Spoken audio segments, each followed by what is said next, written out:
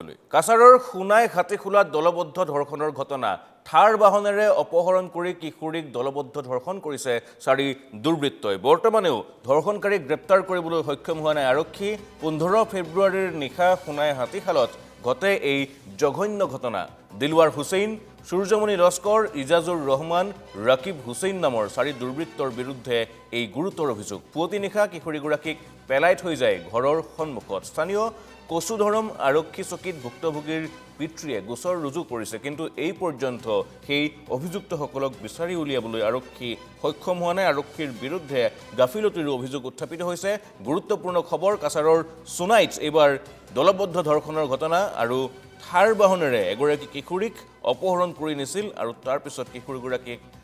ধৰ্ষণ কৰি পুৱতি নিশা তেওঁৰ ঘৰৰ সন্মুখতেই পেলাই থৈ যোৱাৰ অভিযোগ উত্থাপিত হৈছে আৰু সেই অভিযোগ উত্থাপন কৰি আৰক্ষীৰ কাষ চাপিছে ভুক্তভোগী আৰক্ষীৰ কাষ চাপি আৰক্ষীক গোচৰ তৰিছে কিন্তু তাৰ পিছত আৰক্ষীয়ে কোনো ব্যৱস্থা গ্ৰহণ নকৰাৰ অভিযোগ উত্থাপিত কৰিছে ভুক্তভোগীৰ পৰিয়ালে